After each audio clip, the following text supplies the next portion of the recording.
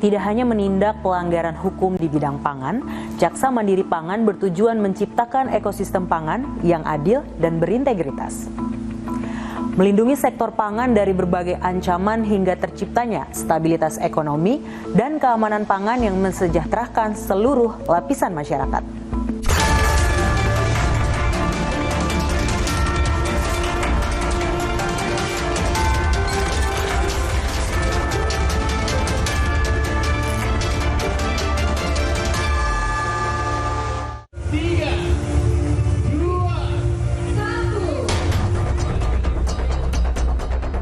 Jaksa Mandiri Pangan di Bekasi, Kejaksaan memanfaatkan aset sitaan kasus korupsi Asabri dengan terpidana Beni Cokro. Bertempat di Desa Srimahe, petani setempat ikut merayakan dengan sukacita. Saya mengucapkan banyak-banyak terima kasih kepada Bapak Presiden Prabowo, Bapak Menteri Pertanian, Bapak Jaksa Agung, dan yang lain-lainnya buat kemajuan pertanian Srimahe, Pak. Biar orang-orang atas itu melihat, Pak, pertanian Srimahe gimana. Dan terkait dengan Bulog, saya juga berterima kasih. Petani ini jual padi harganya mahal, jadi 6.500. Biasanya Pak di bawah situ. Terima kasih banyak semuanya Pak. Saya ucapkan beribu-ribu terima kasih. Saya sebagai petani Srimahe mengucapkan banyak-banyak terima kasih. Dalam program Jaksa Mandiri Pangan, PT Pupuk Indonesia menjadi stakeholder utama yang mendampingi Kejaksaan dalam pengawasan distribusi pupuk. Sebagai produsen terbesar di Indonesia, peran Pupuk Indonesia krusial dalam memastikan pupuk tersedia, tepat sasaran, dan bebas dari penyelewengan.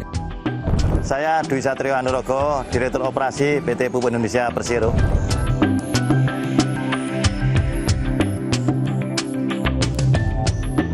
Kami berterima kasih Pupuk Indonesia Persero berpartisipasi langsung dalam kegiatan ini yang luar biasa. Program ini adalah program terkait dengan ketahanan atau meningkatkan ketahanan pangan nasional. Dan kita tahu sekarang ketahanan pangan nasional merupakan sesuatu yang prioritas, program prioritas dari pemerintah kita. Pupuk Indonesia dalam hal ini kami berpartisipasi dalam hal penyediaan agro-input. Kami adalah produsen pupuk yang terbesar di Indonesia, pupuk, kemudian pestisida, dan tidak itu saja. Kami juga melakukan pendampingan, ini yang penting, pendampingan terhadap bagaimana tanaman itu bisa tumbuh, subur, dan juga yang utama adalah bisa memberikan produktivitas yang lebih tinggi.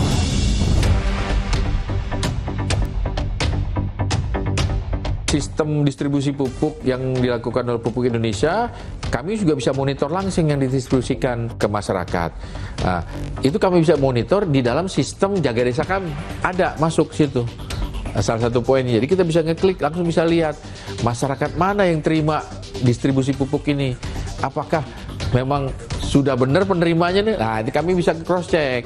Kadang-kadang sampai di kios pupuk dibeli seolah-olah oleh kelompok tani, tapi tidak untuk tani tersempat, tapi untuk industri. Nah, itu kan kita mencegah itu, ya kan? Kita juga di Provinsi Banten ini berupaya turut serta menstabilkan harga bahan pangan. Itu. Bagaimana caranya? Oh, kami menorkestra antara pasar induk, komunitas pasar induk dan pasar terkait sekunder lainnya dengan Dinas Pertanian plus Dinas Pemberdayaan Desa, ya, Pupuk Indonesia, dan Telkom.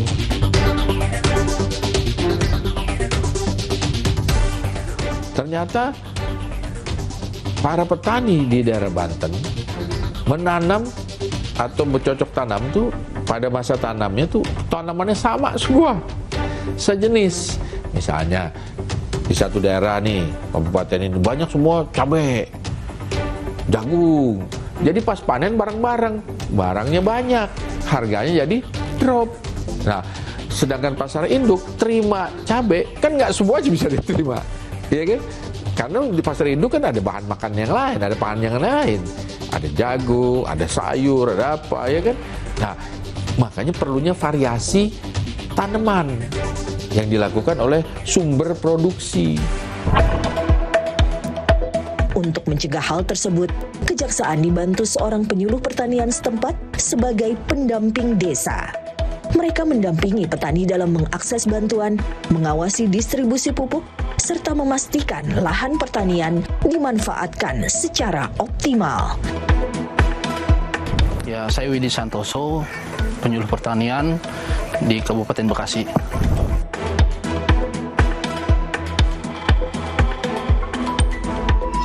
Alhamdulillah setelah launching kita dibina dari pihak Kejaksaan dengan melibatkan beberapa stakeholder seperti Kementerian Pertanian, ada Pupuk Indonesia dan Bulog.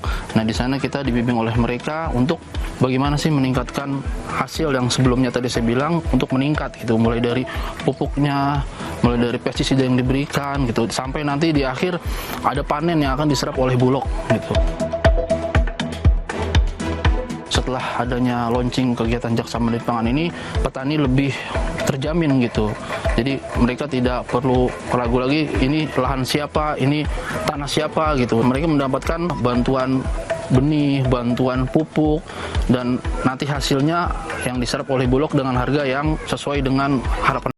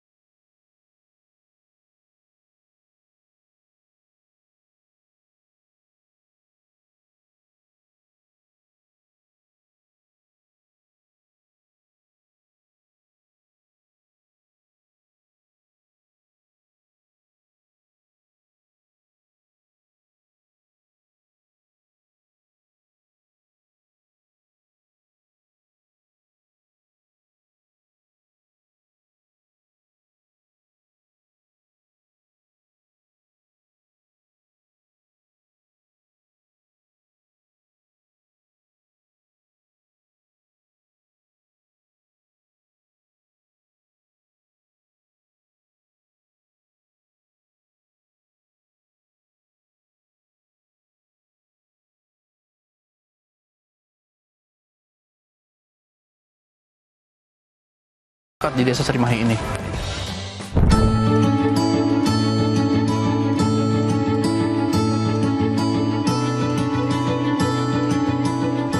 Harapannya bahwa program ini dapat berkelanjutan. Kami mengharapkan sekali para petani menikmati buah karyanya sendiri dengan maksimal. Kami itu sedih, ya, terutama saya sedih. Ini para petani udah nanam capek-capek, udah banyak, nggak kejual, nggak laku, atau dibalikin lagi. Masa dia makan cabai semua aja bisa jangan cabai, masa dia makan ketimun semuanya makan ketimun, ya kan? Kebuang lah itu. Nah, kami ingin mengharapkan harganya menjadi stabil. Dengan program ini berkelanjutan, petani jadi lebih makmur. Karena kenapa lebih makmur? Harganya stabil, gitu.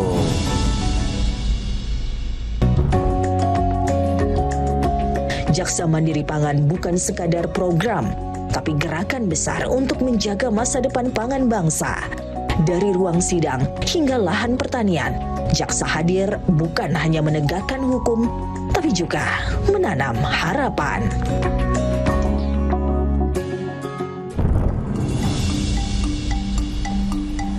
Program Jaksa Mandiri Pangan mempertegas komitmen Kejaksaan RI dalam pengawalan proyek strategis nasional dari pemerintah.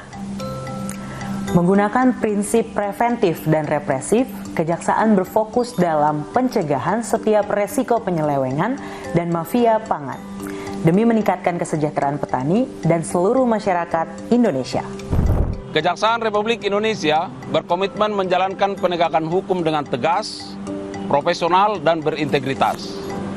Dalam semangat reformasi birokrasi, kami akan mewujudkan kejaksaan yang modern, responsif, akuntabel, dan berkeadilan. Saksikan program Jurnal Adiaksa berikutnya di Kompas TV. Saya Harli Siregar, Kepala Pusat Penerangan Hukum Kejaksaan Republik Indonesia, pamit undur diri.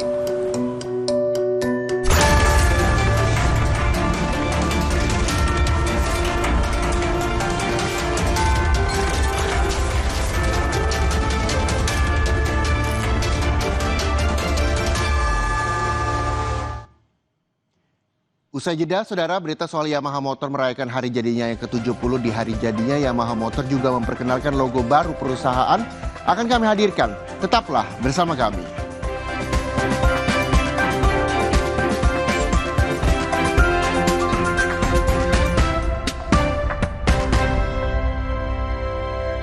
Mana PIK 2 mencegah banjir? Polder system itu adalah sistem tanggul kan ya Bu, yang dibangun untuk mencegah banjir.